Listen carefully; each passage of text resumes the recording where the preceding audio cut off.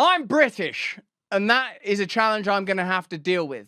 For a while now in these islands, we have been a lapdog to the great nation of the United States, backing you up in various wars, and in some cases being a testing ground and a pilot station for many globalist schemes and endeavours that are thrust our way. Once in a while, a story breaks in the UK that gives us the opportunity to show you how globalism and, for example, Big Pharma truly operate. You had the opioid crisis in your country, where you learned with absolute certainty that the pharmaceutical industry pays money to doctors, hides facts, uses clinical trial data that is unreliable, and commits the not insignificant transgression of allowing its customers to be killed stone dead by its product. That's what the opioid crisis was. They knew that the product was killing people, and they carried on anyway because of the money. During the pandemic period, everyone went sort of crazy for a while when pharmaceutical companies, they're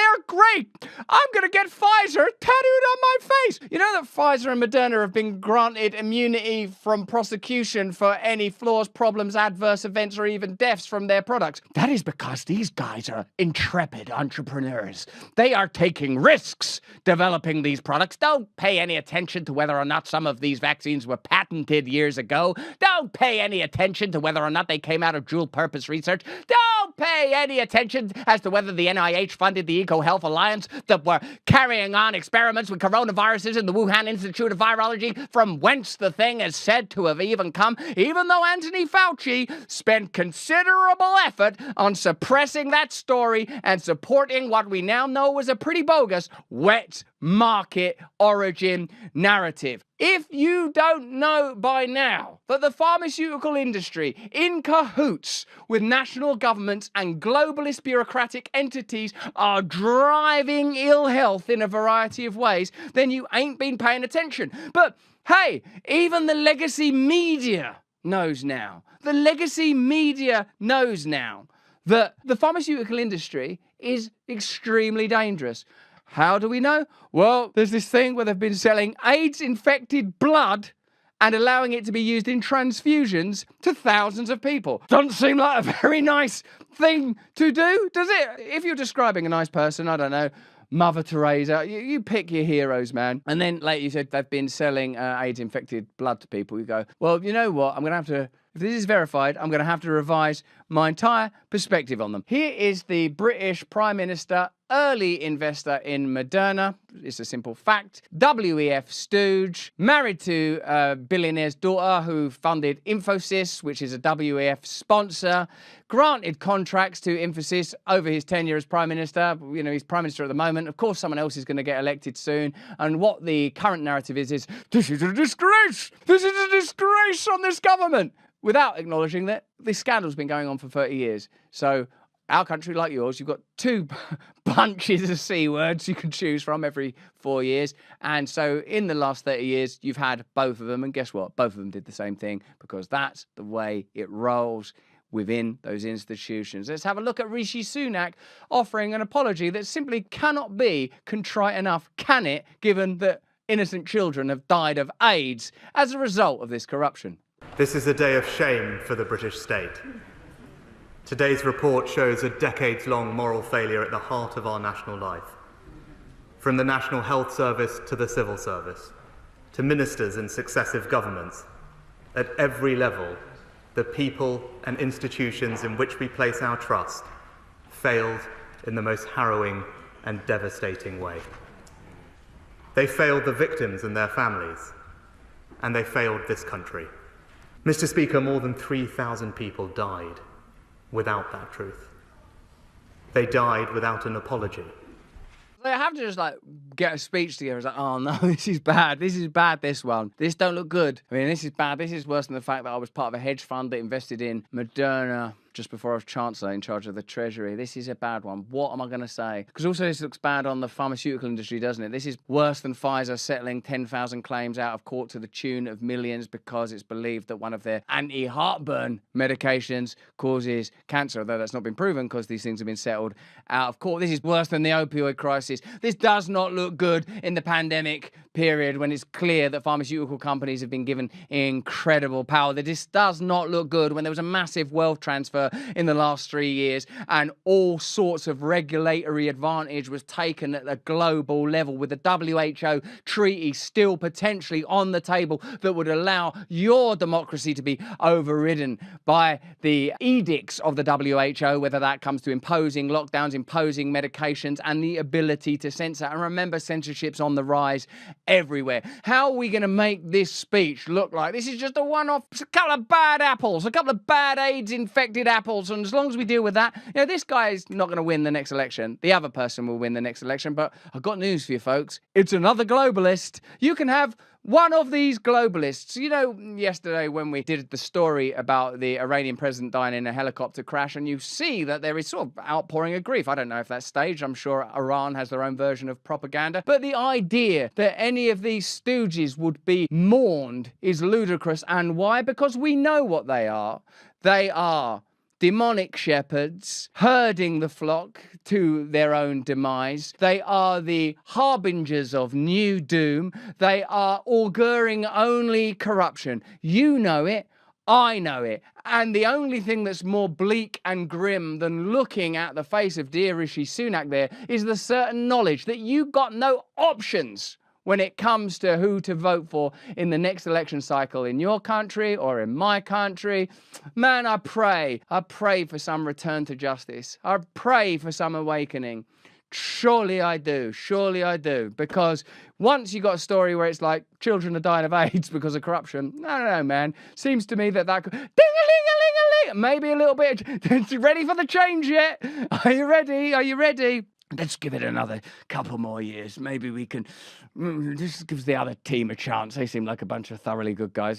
We can't continue to bring you this beautiful content without the support of our partners. The Wellness Company are some of my favourite partners. Will your doctor even prescribe you ivermectin or hydroxychloroquine? Hey, I did it. The Wellness Company's prescription contagion emergency kit is unique, providing carefully selected effective medications for COVID-19 and respiratory illnesses. Ivermectin, hydroxychloroquine, which some people call HCQ, don't know why, Z-Pak, and Butanide, along with a nebulizer and guidebook for safe use. Do not muck around with a nebulizer. This is, of course, backed by research and endorsed by experts, specifically Dr. Peter McCulloch and Dr. Harvey Rich, both friends of the show. Avoid the chaos, wait times, and price of the hospital. Get the entire kit for the cost of a single doctor's visit. This is only available in the USA. Every American home should have one of these, don't you think? Visit twc.health/brand and use our code BRAND to save $30 plus get free shipping on your contagion kit. Okay, back to the content.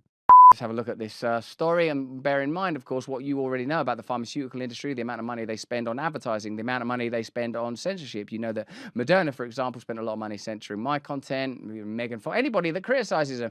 You know that during the pandemic period, you were not allowed to criticize the vaccine. Remember that you were shamed during the pandemic period if you said, I'm not sure about taking this, and then they had to go, oh no, we're pretending that we represent people that are from vulnerable minority communities, and yet people from vulnerable minority communities don't trust the government because of how the government's treated vulnerable minority communities until they started pretending to care to score political points and create cultural divisions. So those people ain't been bought on side yet. Oh no, what are we going to do? This is going to be tricky. It's going to be tricky, but we'll manage it through endless propaganda, through censorship, through a wealth transfer, by creating technologies and cultures that mean that the once what was known as the working class, whether that was a sort of a serf class under the old peasant conditions, or the working class in industrialism, or the outsourcing of labour in sort of more recent years to ultimately, oh no, we don't need poor people anymore. Can we start just doing experiments on them, killing them and stuff? Let's have a look how Big Pharma justify this madness. They knowingly sold a treatment infected with HIV to the NHS. I think it's knowingly is the word I'm struggling with here. Internal documents from American pharmaceutical companies show they knew a wonder drug made from human plasma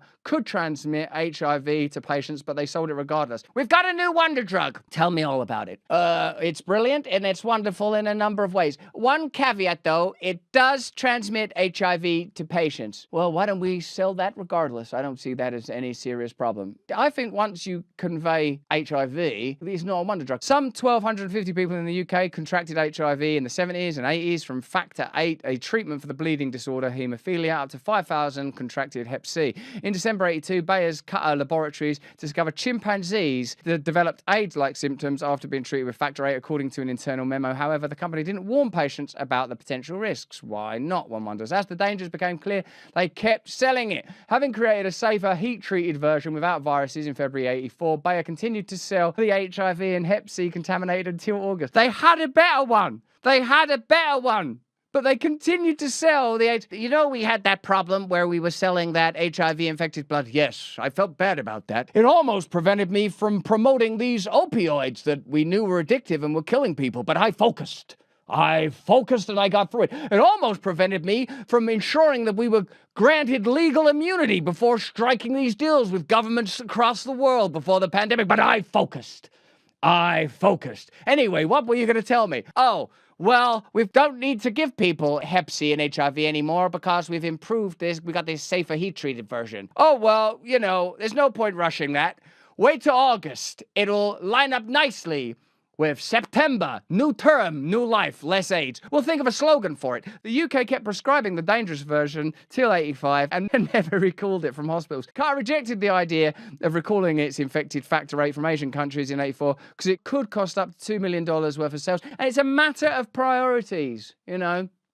Some of you out there might be thinking, well, I don't know, children dying of AIDS, that's not good. But let me read again. $2 million of profits. But a child, a human life, the sacred child. Like, think of when you were a child. Think about your own children. Think about the innocence and joy that children are giving you throughout your life. No, don't think about that. Never ever think about that. Never question it. Never question anything. Do what you are told. Do what you are told. Don't question who can debate and who can't debate and the conditions of a debate and who can stand for government and who can't. Don't question any of it. Don't start asking questions now, like, hold on a minute, in any sane world, wouldn't the value of a human life be worth more than money? What measure of currency could ever outweigh the joy of a child's life? These are all silly questions. These are all questions that you'll have to park along with. Aren't all human lives inherently sacred? And how do you know that? And how do you undergird that? And oughtn't you have political systems and indeed geopolitical ones that honour and represent those values? Don't start thinking about that. I've told you before, you can have this group of arseholes or this group of arseholes, then sit down and eat your dinner that's probably giving you diabetes and cancer. And if that causes questions, don't ask them. We've had enough out of you. We've had enough. It doesn't matter if you've got questions because we're censoring any good ones anyway. What we will have is a feedback loop of compliant banalities endlessly amplifying the agenda of the establishment. And if you happen to have any questions, you can just shout them into one another's anuses because we simply don't care. A year later, the company's marketing plan said AIDS has not become a major issue in Asia. The company outlined how long it would dump the infected products in countries including Taiwan. Now, Taiwan, is it right, the semiconductors and stuff? Yeah, don't worry about that. Hong Kong, Malaysia, Singapore, Argentina. It added the hysteria. It added the hysteria over AIDS could reduce our sales by as much as $400,000. This hysteria over AIDS, which we also whipped up when it was convenient to use that to create fear and make other populations compliant. We had a different narrative then. This hysteria could reduce sales by $400,000. Well, can we wait till August? It's nice weather. It will help temper the hysteria. In another case, Revlon Healthcare, owned by Armour Pharmaceuticals, suppressed evidence from 85 to 86 that HIV had been discovered in its safe version of Factor VIII, which had been heat-treated to kill viruses. What? The safe version had it in? I've got some news about the safe version. What is it now? I'm focusing. Do you realize that we've had to settle out of court 10,000 cases because it turns out that our indigestion medicine causes cancer? You have any idea the pressure on, allegedly, these are settled out of court. Have you any idea the pressure on that? I would take some heartburn medication, but the fucking stuff causes cancer. It's safe version. Our safe version, I'm sorry to tell you, our safe version does also cause HIV. Well, can we really call it safe version?